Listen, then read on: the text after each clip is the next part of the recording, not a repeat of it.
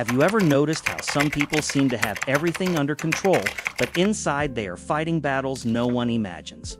Robin Buckley is exactly like that. Behind the ironic smile and the quick responses at Scoops Ahoy, there is a mind full of conflicts, doubts, and searches for belonging. And what if I told you that understanding these traumas can make you see yourself in a completely different way? Today, we will dive into this universe and discover how each choice she makes, each word spoken or kept, reveals much more than it seems. Get ready, because some of these discoveries will surprise you and even touch experiences you did not even know you carried. If you are a fan of cinema, psychology, and want to understand the mind behind your favorite character, subscribe to the channel so you do not miss any video. But before that, comment down below which character you want me to analyze here on the channel. Now let's go to the video.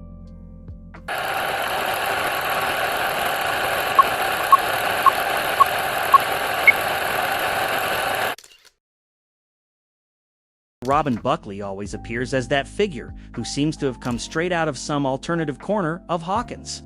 The kind of person you look at and think she has probably read more books than the whole town. She carries an acidic humor that works as both armor and invitation. Those who observe closely notice that there is a restless mind there, always processing more than she says.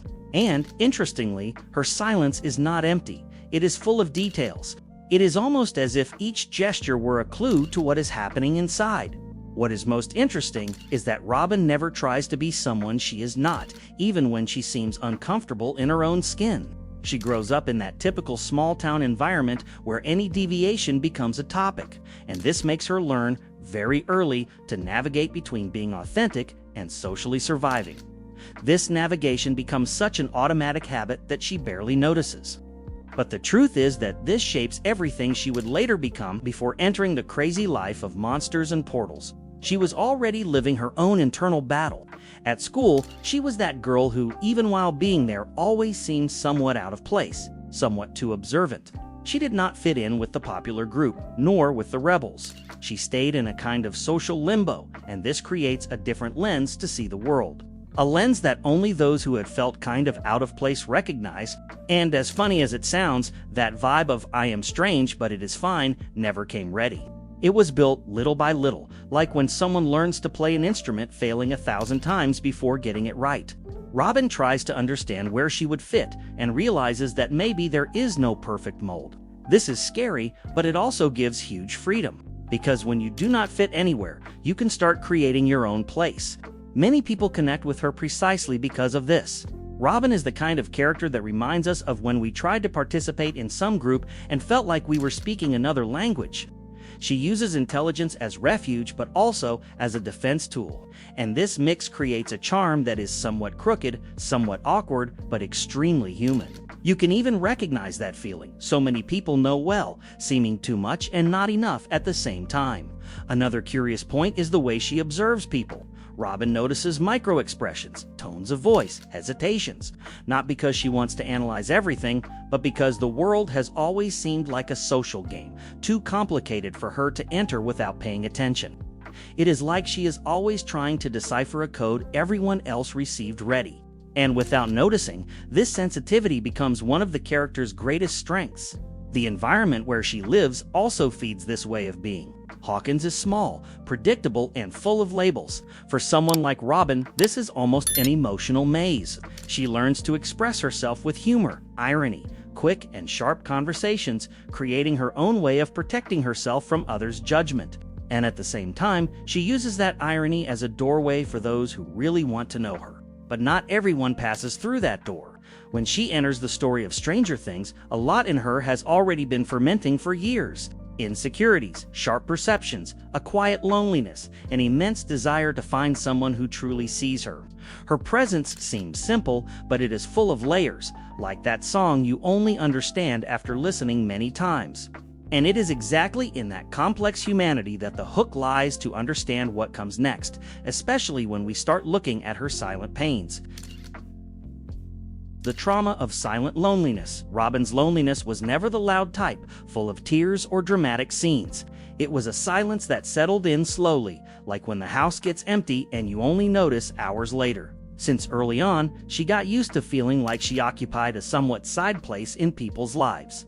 Not for lack of affection, but for not knowing exactly where she fit. And this feeling of always being around creates scars that we only notice when we look carefully. She grew up watching others form groups, quick friendships, relationships that seemed to grow effortlessly. Meanwhile, she had to insist a bit more to be seen, which makes anyone feel weird. It is that old feeling of being at a party where everyone seems to have already rehearsed the choreography and you arrived late. Over time, this makes someone believe maybe they were not that necessary there, and this belief affects everything later. Loneliness for her was never a lack of people around, but a lack of genuine connection. It is like sitting at the lunch table feeling no one truly understands what you think or why you are the way you are. This shapes a quieter, more observant, almost strategic way of existing. She hides in social corners because she learned that in those corners it hurts less. But this habit becomes almost automatic. And anyone who has lived something like this knows the mind starts creating little stories. Robin created hers too, like every teenager trying to find their place. Stories like, I am not that important anyway, or better not talk much, so I do not mess up.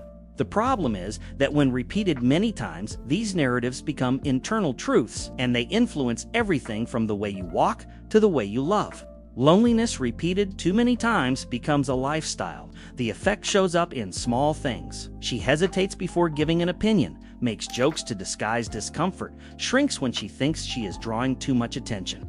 It is not that she does not want to be seen, she just does not want to be seen the wrong way, and this fear of messing up her own format follows her for years. It is the kind of mark that stays in the body as an involuntary gesture, almost imperceptible to those who do not know. Even with all that loneliness, she developed an incredible sensitivity to capture what no one says. It is like her silence trained her inner ears to notice nuances, pauses, gestures that reveal hidden emotions. This makes her a loyal and perceptive friend, but also someone who absorbs the world too deeply. Those who feel so intensely need a safe place. And she always struggled to find that place. Robin's silent loneliness did not make her cold. On the contrary, it created in her a rare affection for true connections. She is that person who, when she likes someone, she really likes. But that same intensity makes her choose very carefully where to place her energy because she already knows the weight of feeling ignored. It is like someone who has felt emotional hunger and now can recognize any crumb. This brings caution, but also builds an extremely sharp emotional radar. But that radar, oddly enough, is exactly what makes space for the next important point in her story. Because when someone lives so long in silence, any attempt at expressing themselves becomes a huge challenge. And then comes the second conflict of Robin's life, the one that affects her inner voice and the way she shows herself to the world. Social anxiety and self-demand. Robin's social anxiety is not the kind that makes someone shake in front of a crowd. It is more subtle, almost charming, but completely exhausting. It is the fear of speaking and sounding strange, of explaining something and seeming confused, of trying to connect and feeling like she is bothering others. This kind of anxiety is tricky because you function well, but inside you are doing 1,000 calculations before each sentence. She lives exactly that. Robin is smart, quick, full of insights. But her mind works at such high speed that sometimes she trips over her own ideas, and when she trips, self-criticism arrives immediately. It is like that friend who always says, "You could have done better." Her head repeats this all the time, and those who live like this learn to police themselves so much that they end up saying less than they would like just out of fear of messing up the tone. This self-demand appears in the way she always wants to give perfect answers, seem interesting, be useful, be funny, but no one can perform perfectly all the time. So she gets stuck in a cycle of thinking too much, talking fast, getting tangled, blaming herself. This cycle is very common in people who have sensitive self-esteem and strong emotional intelligence. The more you notice others, the more afraid you are of disappointing them. And of course, she disguises it all with humor, because humor is great for hiding elegant panic. When her speech gets stuck, she jokes. When she mixes ideas, she makes a joke. And those who see from the outside think it is funny, natural, even adorable. But inside, she is mentally reviewing every word. It is draining. It is like writing a text where every sentence is revised 20 times before leaving your mouth. No one notices, but she feels it. Her social anxiety is not only about people, but about expectation. Expectation to be a good friend, a good employee, a good conversationalist. She lives in a kind of eternal oral exam, and those who have been through this know how everything gets heavier. Even asking for help seems complicated, because that thought comes, what if they think I am being dramatic? When someone thinks that way, they sabotage their chances of relaxing. Robin's self-demand also comes from this intense desire not to be a burden. She has felt the weight of thinking she is bothering people, so she tries to compensate by being perfect. Perfect in speed, perfect in responses, perfect even in chaos. But this opens space for frustration. The more she tries to be flawless, the more she notices her stumbles, and each stumble becomes internal proof that she needs to improve. It is emotionally exhausting to exist like that. This kind of conflict makes her develop an interesting skill. She analyzes herself all the time. It is almost an involuntary self-study, and this is good and bad at the same time. Good because she knows herself well. Bad because she criticizes herself even more. Those who constantly self-evaluate rarely allow themselves to celebrate small victories. It seems the focus is always on the next flaw to correct, and this mindset becomes part of her identity. But behind this internal chaos, there is something deeper that starts bubbling up, because social anxiety is not born alone. It grows where there is fear of exposing too much. And in Robin's case, the root of this lies in an even more delicate place: the fear of emotional vulnerability. This next part of her story reveals how opening her heart to someone can be more frightening than facing monsters from another dimension. The deep fear of emotional vulnerability. Robin's fear of vulnerability is almost like an automatic reflex. Whenever she notices that someone is getting too close emotionally, her body goes into alert mode. It is not rudeness, it is not coldness, it is survival instinct. She grew up feeling that showing too much could become ammunition to hurt her, so she learned to keep her heart in a kind of internal vault. Except this vault is heavy. At the same time, she is dying to be truly understood. It is that classic contradiction of someone who wants to be seen but fears being seen too much. Robin hides behind quick jokes, clever comments, and that always slightly ironic tone. But all of this works as a smokescreen. The funnier she sounds, the less exposed she feels. And who has never done that, right? Everyone has used humor as a shield at least once. For Robin, vulnerability is tied to rejection. Not just any rejection, but one that would confirm her belief that maybe something is wrong with me. And this thought is cruel. It makes her think twice before saying what she feels, before admitting that she is scared, before fully trusting. The problem is that keeping these things inside creates internal pressure, as if she lived with a knot in her chest that never loosens. Those who pay attention notice that she chooses her words with extreme care when she talks about feelings. She seems to be walking on glass, trying not to break anything. She shares fragments, crumbs, but never the full package. Not because she does not trust the other person, but because she lacks security within herself. This happens a lot to people who spent years believing they were too much or not enough. They showed just enough not to seem invisible. This fear also shows up in how she handles compliments. When someone recognizes her qualities, she laughs, deflects, changes the subject. It is as if receiving affection makes her uncomfortable, because affection demands openness, and openness reminds her of risk. Her mind works like this: if she creates space, something might break, so she keeps the windows closed, even if she is dying to let the sunlight in. In relationships, this fear becomes a strange dance. Robin likes, but fears liking too much. She gets close, but then pulls away. She forms strong connections but with half-open doors, and anyone who has lived this knows how exhausting it is to maintain constant control. It is like driving with one foot on the gas and the other on the brake at the same time. You move forward, but the engine suffers. The difference is that in her case, the one that suffers is the heart. Vulnerability also hits hard because she never learned in practice that opening her chest can be safe. Life gave her few opportunities to feel full acceptance, and when you do not know that feeling, you think you do not deserve it. This creates a twisted emotional cycle. The person wants connection but doubts that anyone will truly welcome what they carry, so they hide, and hiding becomes a way of living. But life pushes us into situations that test those defenses. And with Robin, it is no different. When someone special enters her life, this fear of vulnerability mixes with an even deeper feeling, the pain of an impossible crush, and that is when her emotional castle begins to shake, creating space for a conflict that directly affects her self-esteem and sense of worth. The pain of the impossible crush and self-devaluation. Robin's impossible crush has that bittersweet taste many people know well, liking someone who could never reciprocate. In her case, this feeling does not come only from a platonic love, but from the sense that her reality is incompatible with that of the person she falls for. She feels everything intensely in silence, because speaking would be too risky, and keeping it inside becomes the safest option. The problem is that safe hurts. When the person she likes is someone emotionally, culturally, or even sexually distant, it reinforces an old narrative inside her. It is not for me. And this thought digs a hole that is hard to climb out of. The impossible crush becomes almost silent proof that loving is dangerous. She begins to question her own worth, not because someone rejected her, but because she never even had the chance to try, and this lack of a chance weighs even more. The curious thing is that while she suffers, she creates detailed fantasies in her mind. Not exaggerated romantic fantasies, but small scenarios like, what if one day she notices? What if I were a little different? These thoughts are born from the internal desire to be seen, but also from the fear of being truly seen. Because if the person notices and does not like her back, then yes, the pain becomes real. So she stays stuck in this almost zone.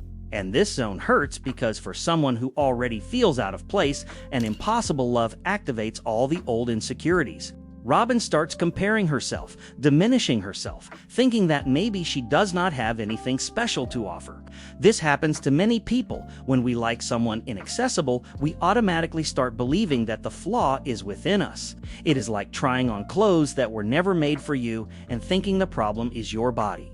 Her self-devaluation also appears in the way she minimizes her own feelings. She thinks, I should not feel this. It does not make sense. It is too much. Except the heart does not follow logic, it follows intensity. And when she censors herself, this intensity becomes smoke trapped inside a closed room. The more she tries to smother it, the heavier the internal weight becomes. And in a way, this self-criticism works like an emotional whip. Even so, she keeps loving in silence, like someone guarding a secret too hot to touch. And this silent love makes her even more introspective. But the most interesting part is that it also reveals her generosity. Robin is the kind of person who would rather suffer quietly than make someone uncomfortable. And this deep sensitivity is beautiful, but also dangerous when turned against herself, because it becomes a justification to shrink herself. This type of pain makes her build even higher defenses. She starts believing that maybe it is better not to like anyone, or to like those who cannot reciprocate. Because this way, she does not have to deal with risk, exposure, or real rejection. Except this emotional logic has a side effect. It prevents her from noticing when someone could genuinely welcome her. And this closes doors before she even sees what is on the other side. But destiny has a curious way of rearranging everything, because in the middle of this impossible crush, a friendship appears that completely changes her life. A friendship that breaks walls, challenges her internal beliefs, and shows her that she deserves much more than emotional crumbs. And that is exactly where the next chapter of her story begins, where Steve Harrington becomes the chaos and relief that transform how she sees herself. The relief and chaos of the friendship with Steve Harrington. Robin's friendship with Steve starts in that messy, unlikely way, like many connections that end up saving us without warning. At first, she looks at Steve like someone looking at a puzzle that is way too colorful. He is loud, flamboyant, full of opinions, and completely different from her. But that difference creates a contrast that works. Slowly, she realizes that he does not demand masks, and that alone is a huge relief. Steve brings a chaotic humor that dismantles the defenses she built for years. He laughs loudly, messes up his lines, gets confused, gets tangled. And precisely because of that, being next to him gives Robin a kind of internal permission to also be a bit messy. It is as if she discovers she does not need to polish every word when she is with him. Steve becomes that friend with whom you breathe more easily. Even without saying anything, he changes the entire atmosphere. On the other hand, this friendship deeply challenges her insecurities. Steve is charismatic, confident, socially comfortable. He throws himself into interactions like someone jumping into a pool without testing the water. For Robin, that is almost impossible, and this is why he becomes such an interesting mirror. While he embraces her, he also subtly exposes the fears she tries to hide, and this contrast helps her understand herself better. The most beautiful thing is that Steve sees her flaws and does not turn any of them into a reason to pull away. He accepts the fast talking, the anxiety, the sharp humor, the clumsy way, and above all, he does not try to change her. This type of acceptance is rare, especially for someone who spent life trying to fit in. For the first time, Robin feels she does not have to perform anything to be loved. She just has to exist, and when someone finds that, everything changes.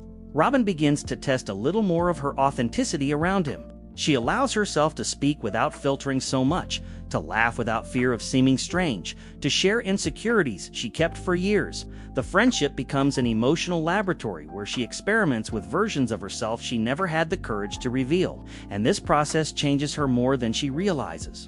Steve's chaos also helps break an old belief that she needs to be perfect to be loved. Steve is completely imperfect and yet deeply loved. He shows, without speeches, that real people are the best ones to keep around, and this messes with Robin's mind. Because for the first time, she sees that vulnerability is not a sign of weakness, it is pure humanity.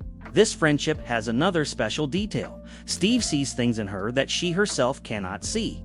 He notices her intelligence, her sensitivity, her courage, and he says these things openly, without ceremony. For someone who has always received little emotional recognition, these small validations start creating cracks in the internal wall she built. It is not that he fixes everything, but he shows that the world is not as hostile as she believed. And it is precisely this mix of relief and chaos that begins pushing Robin into her next phase. Because when someone gives you a safe space, you finally find the courage to look at yourself more honestly.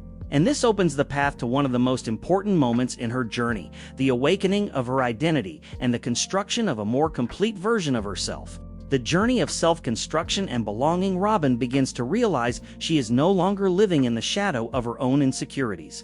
It is as if she finally has room to breathe inside herself.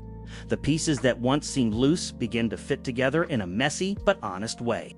And this imperfect fit is exactly what makes everything real. She discovers that growing is not becoming someone else, it is becoming more of herself.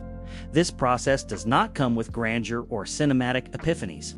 It comes in small gestures, broken conversations, and moments where she chooses not to run. Every step is a reminder that courage is not the absence of fear, it is walking while trembling, and Robin trembles a lot but still moves forward. In this fragility, she finds strength. Her relationship with her friends becomes a kind of invisible net that holds her when she feels she might fall apart. It is not constant rescue, it is more like a silent presence, reminding her that she is not alone. Steve, Nancy, the others all work like threads that sew her back together when life tears her open, and Robin learns that allowing herself to be sewn back together is just as important as surviving the tear. She no longer needs to prove herself all the time. The sense of belonging begins to appear slowly, almost shyly. It is not something she conquers at once, but something she builds brick by brick. Before, she thought belonging meant fitting in. Now she understands that not fitting in is exactly what makes the group work. Difference becomes a bridge, not a wall, and this completely changes how she sees herself. At the same time, Robin realizes she has a voice that is messy, fast, sometimes tripping over her own thoughts, but a voice. And when she dares to use it, the world does not collapse like she always imagined. Instead, it opens space. This discovery becomes fuel for a new phase. She begins to speak more about what she fears and less about what she criticizes in herself. The past still weighs, of course. No story disappears just because someone wants it to. But the weight stops being an anchor and becomes a map, showing where she has been and where she does not want to go back. This ability to look back without getting lost is new for her. It is emotional maturity growing bit by bit, and Robin learns to walk with memory, not with imprisonment. As she finds this new inner ground, she also discovers passions and desires she once hid even from herself. Whether it is the courage to like someone or the courage to admit she deserves to be happy, each intimate realization works like a step, and she climbs slowly but steadily. For the first time, she looks toward the future and feels curiosity instead of dread. In the end, Robin's journey is about building a home inside herself, a home where her quirks, her flaws, her unfiltered laughter, and her unresolved fears can all fit. This home is not finished. It will never be, and that is fine because she herself is always under construction. The important thing is that now, finally, she knows she has somewhere to belong, and that place is her. And what did you think of diving into the mind of Robin Buckley? Did you see yourself in any of these internal conflicts or notice something new about yourself? I want to know in the comments which character you want us to analyze in the next video because the journey does not end here. And if you want to keep understanding these deep layers of your favorite characters and even of yourself, do not forget to subscribe to the channel and turn on notifications so you do not miss anything. Remember, the more we understand others, the more we understand ourselves.